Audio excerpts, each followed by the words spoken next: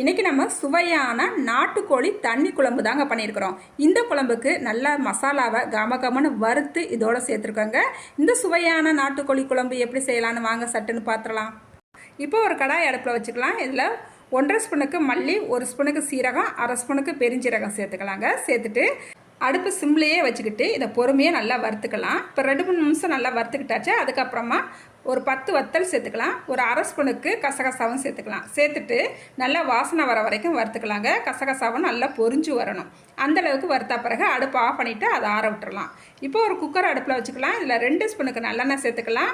பெருஞ்சீரகம் கொஞ்சமாக சேர்த்துட்டு வாசனை பொருட்கள் சேர்த்துட்டு 100 கிராம் சின்ன வெங்காயத்தை கட் பண்ணிவிட்டு சேர்த்துக்கலாங்க. சேர்த்துட்டு நல்லா கண்ணாடி பதம் வர வரைக்கும் நல்லா வதக்கிக்கிட்டு 1/2 கிலோ நாட்டுக்கோழியை நல்லா மஞ்சத்தூள் போட்டு கழுவி எடுத்து வச்சுருக்கிறேன். இந்த நாட்டுக்கோழியும் இப்போ சேர்த்துக்கலாம். சேர்த்துட்டு நல்லா கலந்து விட்டுக்கலாங்க. இப்போ கொஞ்சமாக உப்பு சேர்த்துக்கலாம். நம்ம சூப்பு தான் ஃபஸ்ட்டு எடுக்க போகிறோம், அதனால் உப்பு அளவாக சேர்த்துக்கலாம். அதுக்கப்புறமா 2 ஸ்பூனுக்கு இஞ்சி பூண்டு விழுது சேர்த்துட்டு நல்லா கலந்து விட்டுக்கலாம். பொடிசாக கட் பண்ணிய மல்லி இலையும் புதினா இலையும் சேர்த்துக்கலாம். சேர்த்துட்டு மறுபடியும் நல்லா கலந்து விட்டுட்டு ஒரு 1/4 ஸ்பூனுக்கு மட்டும் மஞ்சத்தூள் சேர்த்துக்கலாம். ஒரே ஒரு தக்காளி பழத்தை கட் பண்ணிவிட்டு இதோட சேர்த்துக்கலாங்க. சேர்த்துட்டு நல்லா கலந்து விட்டுக்கலாம். இப்போ ஒரு 1/2 லிட்டருக்கு நம்ம தண்ணி சேர்த்துக்கலாம். தண்ணி சேர்த்துட்டு நல்லா கலந்து விட்டுட்டு இப்போ குக்கரை மூடி வச்சு 2 விசில் விட்டுடலாங்க.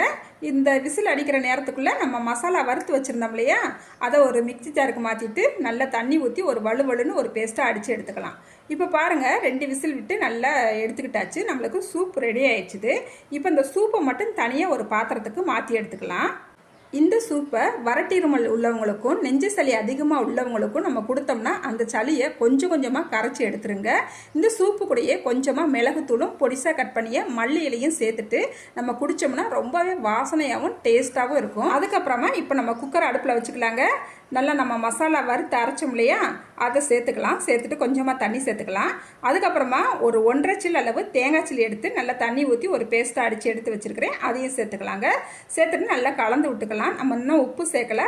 கொஞ்சமாக மஞ்சத்தூள் சேர்த்துட்டு அதுக்கப்புறமா உப்பும் சேர்த்துக்கலாம். இந்த நேரத்தில் உப்பு காரம்லாம் கரெக்டாக இருக்கான்னு ஒரு தடவை செக் பண்ணிக்கோங்க. இப்போ மூடி வச்சு ஒரு 4 விசில் விட்டோம்னா போதும். நம்மளுக்கு நாட்டுக்கோழி தண்ணி குழம்பு கமகமன்னு வாசனையாக செம்ம டேஸ்ட்டாக ரெடி ஆயிருங்க. இந்த நாட்டுக்கோழி தண்ணி குழம்பை சுட சுட சாதத்தோடையும் இட்லி தோசையோடையும் பூரியோடையும் சப்பாத்தியோடையும் சாப்பிடும் போது அவ்வளோ டேஸ்ட்டாக இருக்குங்க.